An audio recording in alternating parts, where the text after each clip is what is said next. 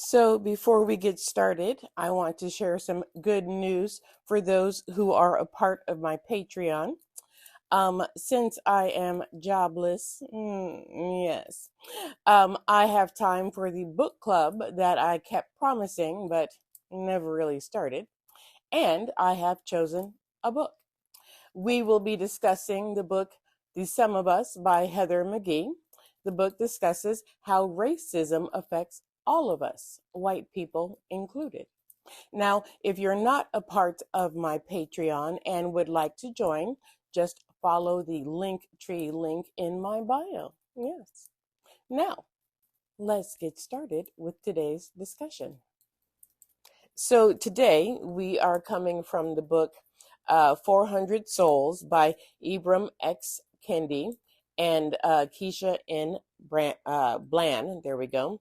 And specifically the essay Black Women's Labor by Brenda E. Stevenson. Let's get started. So the essay talks about an act that the Virginia General Assembly passed in March 1643. It dictates the taxes that need to be paid. Okay.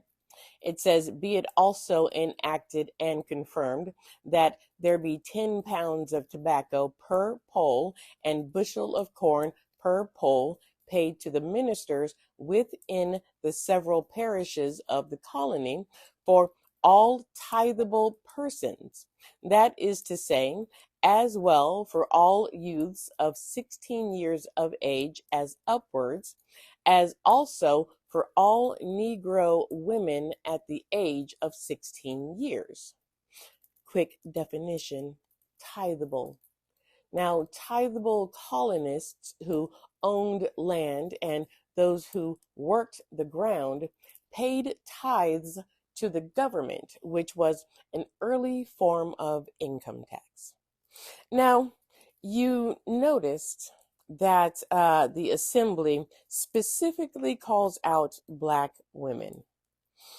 This does several things, okay? Several things. It automatically makes Black women equal to Black men while simultaneously erases their feminine equality to other women, white women. Brenda Stevenson says these elite white men did so through British colonial society's most important legal institution, their elected government body.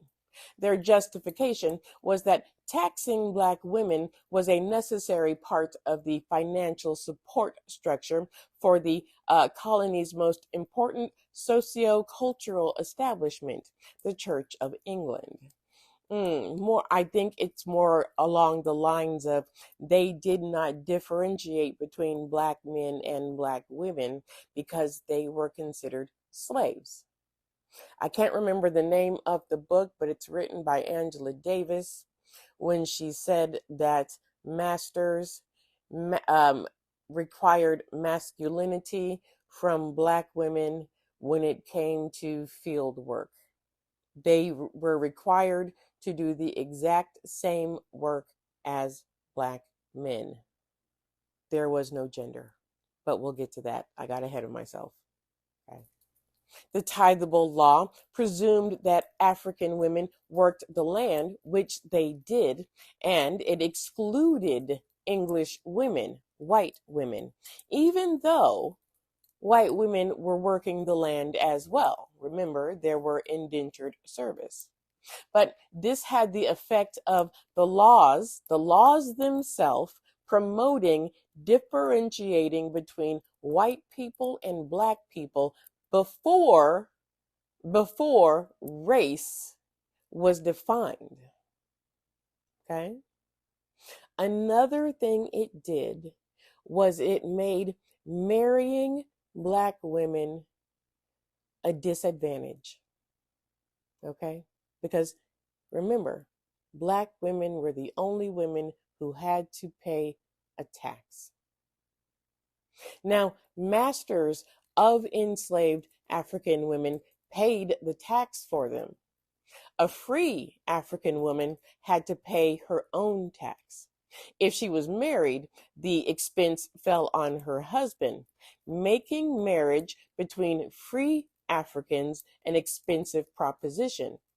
And if forced to pay extra taxes for an African wife, a free man might have found it more advantageous to marry an English, white, or indigenous wife. So that tax that only black women had to pay, made it a disadvantage to marry a free black woman. This othering of black women in colonial American society was foundational in the assault on black femininity. You have to realize that during slavery, most black women were field hands, and they were expected to do the exact same job as black men, like we said earlier. They were expected to provide the exact same results. I'm not sure if we've had the discussion yet, but when it came to cotton production, they were expected to pick 130 to 150 pounds of cotton. This was expected of both men and women. Like men, they had to clear their owners' heavily wooded frontier lands, carry wood, and help construct dwellings, outhouses, and fences. They worked coal mines, foundries, and lumberjacks. They dug ditches. Black women did not have to fight for equality with black men.